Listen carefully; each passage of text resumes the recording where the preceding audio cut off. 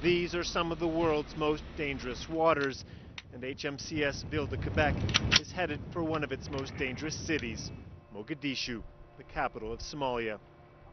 Today, the big change is the fact that the airport is shut down by terrorism. But as you go in here, you're always worried what's going to happen. A speedboat similar to ones used by Somali pirates comes out of Mogadishu harbour. It's dangerously close to the UN cargo vessel the Canadians are escorting. But then, headed off by African Union peacekeeping boats, incident avoided. Like most of Somalia, factional fighting is tearing Mogadishu apart.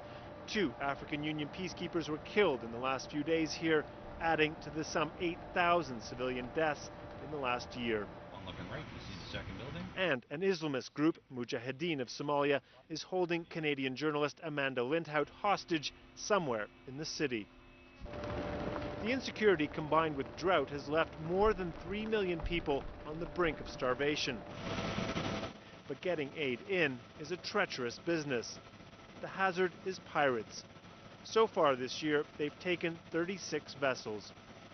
There was a vessel that was taken last night about 350 miles east of here, and there was also another vessel within the last 24 hours taken up in the Gulf of Aden. So the attacks are continuing on a pretty regular basis. Lucrative business, we can say.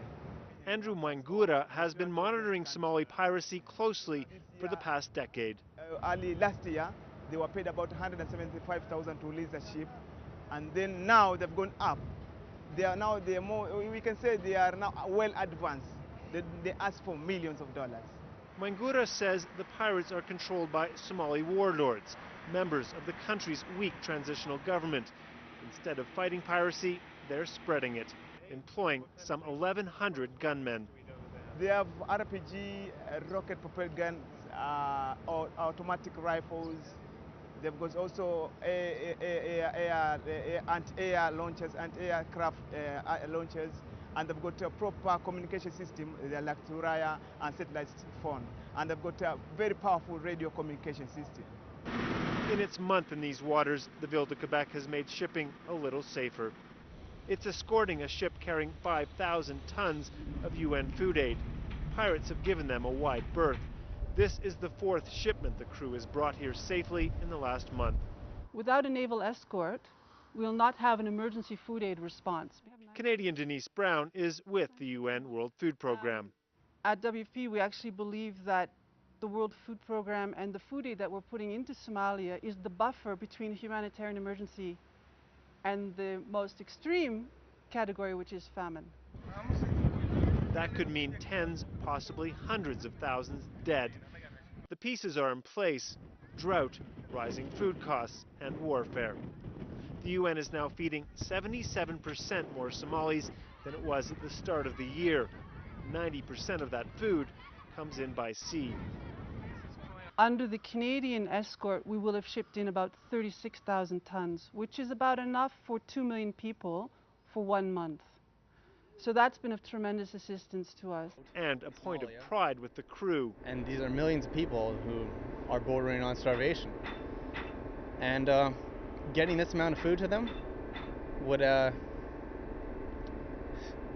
something I wouldn't normally do in my civilian life. So I'm very proud of this. When we got the ship to Mogadishu, got it safely ashore, the CO made an announcement that we fed thousands of people for a year. That was a good feeling. The Ville de Quebec has successfully escorted another shipment of desperately needed food aid here into Mogadishu harbour, but its mission wraps up in just a couple of weeks' time. Exactly how the UN is going to be able to get the food aid to the Somali people after that is very unclear. But there is a chance the Amanda Lindhout hostage drama could change that. It's now expected Ottawa will keep the Ville de Quebec in the region to play an as yet unspecified role in trying to resolve her situation.